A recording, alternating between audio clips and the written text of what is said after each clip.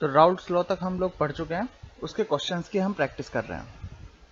Question है हमारे पास, an aqueous solution containing 28% by mass of liquid A, molar mass given है हमें 140, has vapour pressure of 160 mmHg at 37 degree centigrade, find the vapour pressure of pure liquid ए।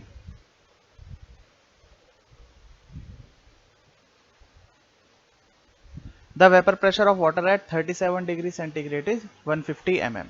देखो क्या किया गया है इस क्वेश्चन के अंदर, समझाता हूं। ये क्वेश्चन में हमारे पास एक्वस सॉल्यूशन बोला गया है। अब इस एक्वस सॉल्यूशन में जो सॉल्वेंट होगा वो सॉल्वेंट क्या होगा, पानी होगा। उस पानी का 37 डिग्री सेंटीग्रेड पर प्योर स्टेट के अंदर जो वेपर प्रेशर है वो क्या है हमारे पास, 150 mm। मतलब हम बोल सकते हैं कि P नॉट W ये हमें दिया गया है, W मीन्स वाटर, 150 mm हमें गिवन है, ठीक है। अब लिक्विड ए का हमें प्योर स्टेट में वेपर प्रेशर फाइंड करना है, मतलब हमें फाइंड करना है P नॉट ए, ठीक है। और क्या गिवन है, और हमको सॉल्यूशन गिवन है। सॉल्यूशन का जो वेपर प्रेशर है P टोटल वो कितना है हमारे पास, वो 160 mmHg है, ठीक है। तो mm लिख देते हैं, ठीक है। तो फॉर्मूला क्या होता है हमारे पास, फॉर्मूला है P total is equal to P not A x A plus P not W x W, water हो जाएगा ये, ठीक है। अब देखो हमारे पास टर्म कौन कौन सी नहीं है यहाँ पर। P नॉट ए तो हमें फाइंड करना है, P नॉट W हमें गिवन है, PT हमें गिवन है, XA एंड XW नहीं है। तो अब ये मोल फ्रैक्शन हम फाइंड कर लेते हैं, कैलकुलेट कर लेते हैं। मोल फ्रैक्शन कैसे कैलकुलेट करेंगे, यहाँ पर गिवन है 28% by mass of liquid A, molar mass given है 140। तो 28% बाय मास का मतलब वेट बाय वेट होता है। इसका मतलब क्या होगा, इसका मतलब होगा कि 28 ग्राम तो होगा इसमें ए, प्लस 72 ग्राम, क्योंकि टोटल सॉल्यूशन 100 होता है, तो 100 में से 28 माइनस कर दिया, तो 72 ग्राम क्या होगा हमारे पास, पानी होगा, ठीक है। अब 28 ग्राम ए, तो मोल निकाल लेते हैं यहाँ से, मोल दोनों के कितने हो जाएंगे, तो 28 ग्राम डिवाइडेड बाय इसका मोलर मास हमें गिवन है 140, ठीक है। कट कर देंगे, 5 टाइम्स कट हो जाएगा, 1/5 आ जाएगा, प्लस 72 ग्राम डिवाइडेड बाय पानी का मोलर मास, ये कितना हो जाएगा 4, 1/5 कितना होगा 0.2, ठीक है। तो मोल फ्रैक्शन आएगा अब हमारे पास XA क्या होगा, Na upon Na plus NW, total mole से डिवाइड करेंगे। Na कितना है यहाँ पर 0.2 डिवाइडेड बाय टोटल कितना हो जाएगा 4 प्लस 0.2, तो ये हो जाएगा हमारे पास 0.2 डिवाइडेड बाय 4.2। इसी तरीके से पानी का मोल फ्रैक्शन कितना हो जाएगा, पानी के मोल डिवाइडेड बाय टोटल मोल, 4/4.2, ये पानी के मोल हो गए। तो हमारे पास मोल फ्रैक्शन भी आ चुका है। प्लस अब सारी वैल्यूज यहाँ पर हमें रखनी है। पी टोटल क्या है यहाँ पर, पी टोटल है 160 is equal to P not A हमें फाइंड करना है, एक्स ए कितना है 0.2 divided by 4.2 plus P not W 150, x W कितना है 4 डिवाइडेड बाय 4.2। एलसीएम लेंगे तो 4.2 इसमें कॉमन आएगा और ये इसे हम मल्टीप्लाई कर सकते हैं 160 से, ठीक है। 160 से मल्टीप्लाई करेंगे तो ये आएगा हमारे पास 672 is equal to 0.2 P not A plus 150 multiply by 4, 600। तो पी नॉट ए आएगा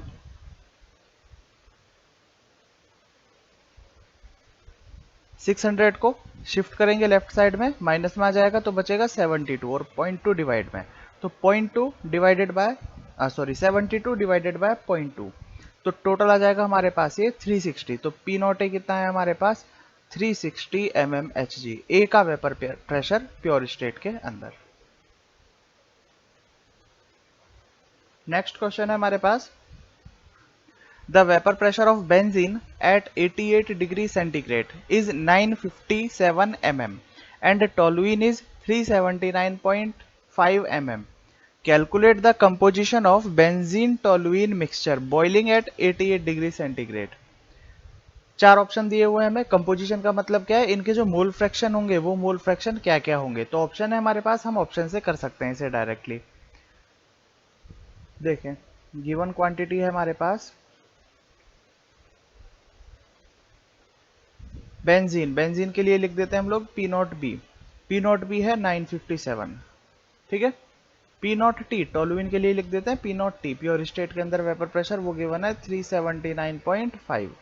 ठीक है, अब अगर हम देखें तो फॉर्मूला है P total is equal to P nought B X B plus P nought T X T benzene and toluene.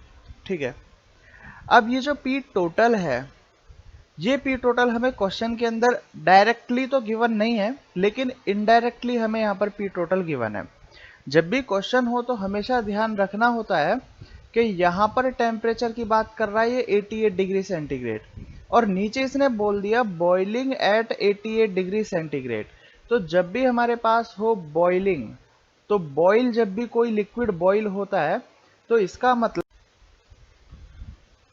उसका वेपर प्रेशर एटमॉस्फेरिक प्रेशर के बराबर होता है। ये हम पढ़ेंगे आगे, बॉइलिंग पॉइंट आएगा जब हमारे पास, उसमें भी हम पढ़ेंगे डिटेल में। तो अगर लिखा हुआ है कहीं भी कि बॉइल हो रहा है, तो बॉइलिंग का मतलब है उसका जो वेपर प्रेशर होगा वो किसके इक्वल होगा, 1 atm के, और 1 atm को जब mmHg में कन्वर्ट करेंगे तो वो होगा हमारे पास 760 mmHg। ठीक है, तो यहाँ पर हमको पीटी गिवन है, पीटी कितना है हमारे पास, पीटी हो जाएगा P total 760 mmHg। Formula P total is equal to P nought B X B plus P nought T X T.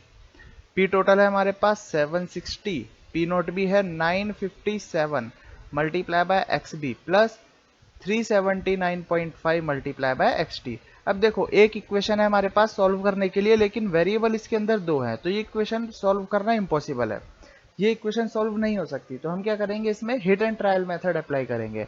मतलब हम ऑप्शन से एक्स बी और एक्स टी की वैल्यू रखेंगे इसके अंदर, और जो भी इक्वेशन इसे सही, जो भी ऑप्शन इसे इक्वेशन को सेटिस्फाई कर जाएगा वही हमारा आंसर होगा। तो हम ऑप्शन ए से स्टार्ट करते हैं। ऑप्शन ए लिया हम लोगों ने, 760 इक्वल टू 957। अब यहाँ पर एक्स बी कितना गिवन है, एक्स बी है 0.66, ठीक है, plus 379.5 multiply by X T given है 0.34।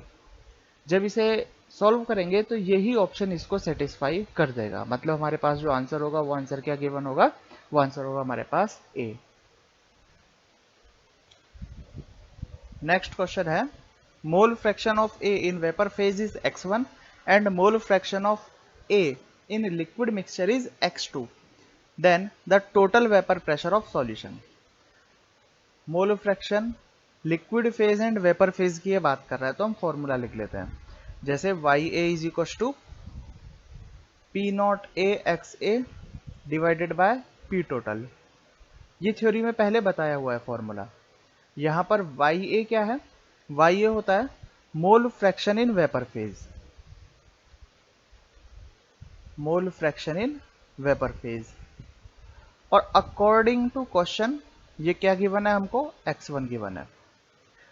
एक्स ए क्या होता है यहाँ पर, mole fraction in liquid phase, solution के अंदर हम बात करते हैं जो mole fraction in liquid phase, और ये हमें क्वेश्चन के अंदर गिवन है x2। ठीक है, P not A vapour pressure of A हम जानते हैं, and P total vapour pressure of solution. ठीक है, तो according to question P total is equal to, इसी इक्वेशन को आगे बढ़ा रहे हैं हम लोग, P not A x A divided by Y A, cross किया है बस इसको। पी टोटल जो कि हमें फाइंड करना है। अब देखो पी नॉट ए एक्स ए क्या है, एक्स ए को हमने लिखा हुआ है x2 क्वेश्चन में गिवन है, और वाई ए को हमें क्या मानना है x1, तो P not a x2 bye x1। कितना सिंपल क्वेश्चन है, और ये क्वेश्चन जेई में पूछा गया क्वेश्चन है, जेई के अंदर आया हुआ है ये क्वेश्चन। नेक्स्ट बहुत इंपॉर्टेंट टॉपिक हमारे यहाँ से स्टार्ट हो रहा है। एक्चुअल में सॉल्यूशन चैप्टर के अंदर टोटल 3 पार्ट होते हैं। पहले पार्ट में सिर्फ कंसंट्रेशन पढ़ाई जाती है जो हमने पढ़ा था, उसके अंदर मोलरिटी मोलरिटी इन्हीं के क्वेश्चन आते हैं। सेकंड पार्ट में हमारे पास रूल्स आते हैं, जैसे हेनरी लॉ आया था, राउल्ट्स लॉ आया था, ये लॉज थे। और ये सॉल्यूशन का तीसरा पार्ट यहाँ से स्टार्ट हो रहा है जो कि बहुत ही ज्यादा इंपॉर्टेंट है, कॉलिगेटिव प्रॉपर्टीज। अगर क्वेश्चन के बेस पर देखा जाए कि कंपटीशन एग्जाम में जहां से क्वेश्चन पूछे जा रहे हैं, तो 70 to 80% जो क्वेश्चन पूछे जाते हैं वो सिर्फ इन कोलिगेटिव प्रॉपर्टीज के ही क्वेश्चन पूछे जाते हैं, इन चारों प्रॉपर्टीज के क्वेश्चन पूछे जाते हैं। तो हमें सॉल्यूशन चैप्टर के अंदर ये वाला पार्ट बहुत अच्छे से करना है, इनके क्वेश्चन डीपली हमें करना है अच्छे से समझ के, बिल्कुल भी ये इसमें छोड़ना नहीं है इसके अंदर कुछ भी, ठीक है। तो लूज नहीं रहना है हमें, अच्छे से क्वेश्चन करेंगे इसके हम लोग। कोलिगेटिव प्रॉपर्टीज की अगर बात करें तो कोलिगेटिव प्रॉपर्टीज क्या होता है, देखो अभी तक जो हमने किसी भी सॉल्यूशन, सॉल्वेंट या किसी की भी बात करें तो दो ही टाइप की प्रॉपर्टीज पढ़ी थी, एक पढ़ी थी फिजिकल प्रॉपर्टी, एक पढ़ी थी chemical property. Physical property and chemical property दोनों ही हम जिसके बारे में भी स्टडी कर रहे हैं उसके नेचर के ऊपर डिपेंड करती है। जैसे मान लो मैंने एक सिंपल ले लिया NaCl, तो NaCl की जो फिजिकल प्रॉपर्टी होंगी वो उसके नेचर के ऊपर डिपेंड करेंगी, केमिकल प्रॉपर्टीज भी उसके नेचर के ऊपर डिपेंड करेंगी। कोलिगेटिव प्रॉपर्टी ऐसी प्रॉपर्टीज हैं जो किसी के भी नेचर के ऊपर डिपेंड नहीं करती हैं, वो डिपेंड करती है नंबर ऑफ पार्टिकल्स पर, ठीक है। जैसे अगर मैं सॉल्यूशन की बात कर रहा हूं, मैंने पानी के अंदर मैंने नमक मिक्स किया और पानी के अंदर मैंने शुगर मिक्स किया, अगर मैं इनकी फिजिकल या केमिकल प्रॉपर्टीज की बात करूं तो वो दोनों अलग अलग होंगी, उसे टेस्ट करके देखोगे दोनों का टेस्ट अलग अलग होगा। उनकी केमिकल रिएक्शन की बात करोगे वो भी अलग अलग परफॉर्म करेंगे। लेकिन अगर मैंने दोनों के नंबर ऑफ पार्टिकल्स सेम मिलाए हुए हैं, मतलब मैंने 2 गिलास पानी लिया, एक एक गिलास अलग अलग सेपरेटली, एक के अंदर मैंने सेम अमाउंट ऑफ सॉल्ट और दूसरे के अंदर same amount of sugar dissolve किया, तो अगर इन दोनों के नंबर ऑफ पार्टिकल सेम है तो ये चार प्रॉपर्टीज जो लिखी हुई हैं ये बिल्कुल सेम परफॉर्म करेंगे। हमें मतलब नहीं है नमक डाला, नमक डाला, हमने शुगर डाला, पत्थर डाला, कुछ भी डाला, नेचर के ऊपर डिपेंड ही नहीं है, वो सिर्फ किसके ऊपर डिपेंड है, नंबर ऑफ पार्टिकल के ऊपर। अगर नंबर ऑफ पार्टिकल सेम है तो प्रॉपर्टीज भी सेम होंगी, और ऐसी प्रॉपर्टीज को हम बोलते हैं कोलिगेटिव प्रॉपर्टीज, ठीक है। The properties which depend on number of particle of solute is called colligative property. किस किस तरीके से हैं देखते हैं आगे। टोटल 4 टाइप की प्रॉपर्टीज हमको यहां पर पढ़नी है। ये फर्स्ट प्रॉपर्टी है relative lowering in vapour pressure, second है elevation in boiling point, third है depression in freezing point and fourth है ऑस्मोटिक प्रेशर। इनके बारे में थोड़ा थोड़ा बात कर लेते हैं। Relative lowering in vapour pressure मतलब ये है कि मैंने पानी लिया पहले, अच्छा एक इंपॉर्टेंट टर्म और, ये जो कोलिगेटिव प्रॉपर्टी की बात होगी ये हमेशा नॉन वोलेटाइल सॉल्यूट के बारे में बात होगी। यहां पर जो सॉल्यूट मिक्स किया जाएगा वो हमेशा क्या होगा, नॉन वोलेटाइल सॉल्यूट ही मिक्स किया जाएगा, ठीक है। मान लो यहां पर मैंने सॉल्वेंट लिया पानी, इसका भी कुछ ना कुछ वेपर प्रेशर होगा P0W। जब इसके अंदर मिक्स किया जाएगा कोई भी सॉल्यूट, तो सॉल्यूट मान लिया मैंने A, तो अब इस मिक्सचर का जो वेपर प्रेशर होगा वो होगा P total is equal to P0A XA plus P0W XW। यहां पर मैं बता चुका हूं कि जो सॉल्यूट है ये सॉल्यूट क्या है हमारे पास, नॉन वोलेटाइल, उसी के बारे में स्टडी की जा रही है कोलिगेटिव प्रॉपर्टी में। वोलेटाइल के बारे में हम बात नहीं करेंगे, वोलेटाइल अगर सॉल्यूट है तो वो राउल्ट्स लॉ में हम पढ़ चुके हैं, ठीक है। तो यहां पर नॉन वोलेटाइल मतलब ये वेपर तो निकालेगा नहीं, और ये वेपर नहीं निकालेगा तो P0A क्या हो जाएगा इसका 0, तो यहां पर P0A हो गया 0, तो P total is equal to क्या हुआ P0W XW।